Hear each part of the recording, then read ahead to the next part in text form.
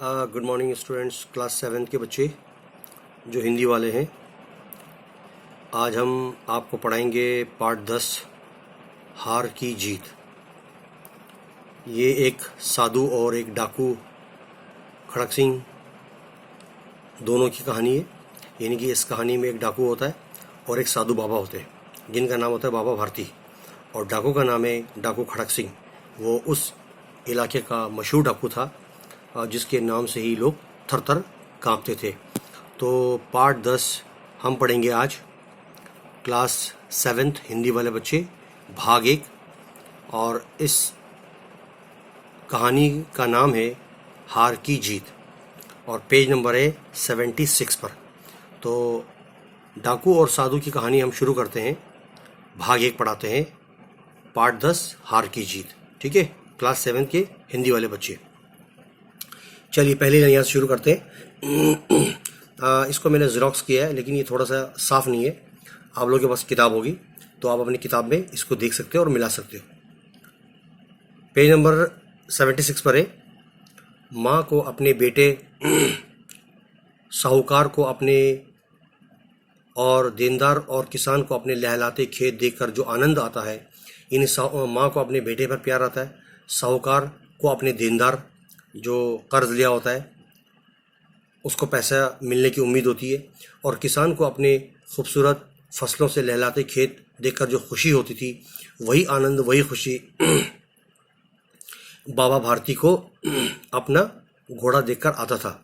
भगवत भजन से यानी पूजा पाठ से जो समय मिलता था, बचता था, वो उस घोड़े के लिए कुर्बान कर देता था। कौन? बाबा भारती। वो घोड़ा दिखने में बड़ा ही सुंदर था, बलवान था, ताकतवर था। उसके जोड़ का घोड़ा यानी ऐसा घोड़ा जो बाबा भारती के पास था, पूरे इलाके में कहीं नहीं था। बाबा भारती उसे प्यार से सुल्तान कहकर पुकारते थे। अपने हाथ से खरहारा करते, यानी उसके अपने बाबा भारती अपने घोड़े सुल्तान को खुद मालिश करते, उसको नहलाना धुलाना, उसकी साफ़ सफाई, खुद दाना डालना, खिलाना और देखभाल करना, और देख देख कर अपने घोड़े को वो प्रसन्न खुश होते थे। ऐसी लगन, ऐसे प्यार और ऐसे स्नेह में से कोई सच्चा प्रेमी अपने प्यारे को भी न चाहता होगा। ऐसा प्यार और ऐसा अपनापन एक जानवर और एक मालिक के बीच देखने को मिलता है इस कहानी में। बाबा भारती रुपया, माल, असबाब, ज़मीन, यहाँ तक कि उन्होंने नागरिक जीवन यानी बाबा भारती ने अपने जीवन में पैसा भी कमाया, रुपया कमाया, हर चीज़, ज़मीन जायदाद, और उन्हें नागरिक जीवन से भी घृणा, नफरत हो गई है। वो एक गांव से बाहर जंगल में छोटे से मंदिर में रहते थे और भगवान का भजन, ईश्वर अल्लाह की इबादत किया करते थे। परंतु सुल्तान से बिछुड़ने का डर वो हमेशा उनके मन में बना रहता था। उन्हें ऐसी भ्रांति सी हो गई थी, ऐसा शक हो गया था कि वो उसके बगैर नहीं रह पाएंगे। वो उसके ऊपर लट्टू थे, बहुत फिदा थे, उसकी चाल पर लट्टू थे। बाबा भारती कहते थे, ऐसे चलता है जैसे मोर घटा को देखकर नाच रहा हो। जब आसमान में काले बादल आते हैं तो मोर को लगता है कि अब बारिश होने वाली है, तो वो खुशी से नाच उठता है। गांव के लोग इस प्रेम को देखकर यानी बाबा भारती और उसके घोड़े के प्यार को देखकर चकित हैरान थे। कभी कभी कनखनियों में इशारे भी करते, खुसर फुसर की बातें होती, परंतु बाबा भारती को इन बातों से कोई परवाह नहीं थी।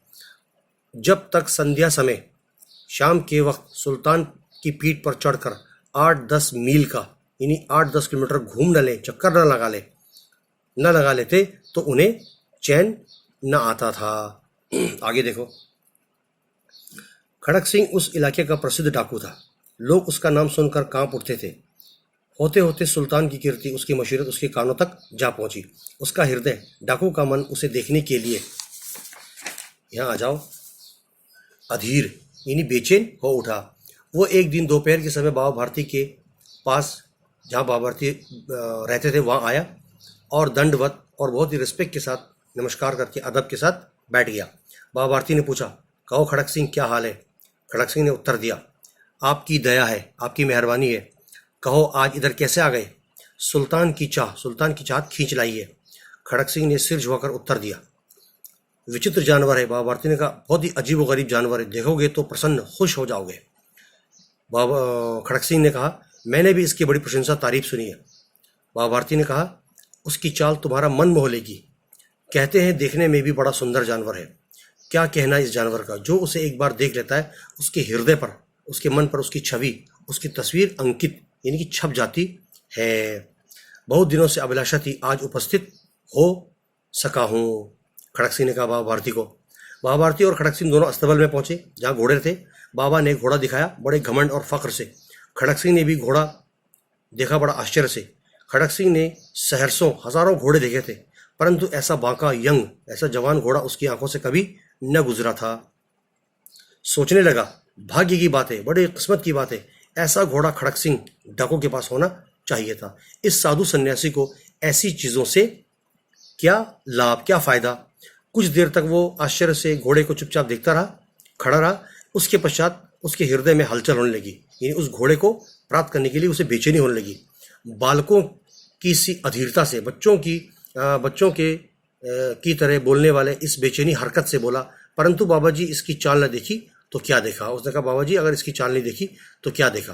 तो हमने भाग 1 हार की जीत पार्ट 10 आपको यहाँ तक पढ़ाया। इससे आगे वाला जो भाग है वो हम आपको कल पढ़ाएंगे। आप इसको एक बार पढ़ते रहिए और समझते भी रहिए। धन्यवाद।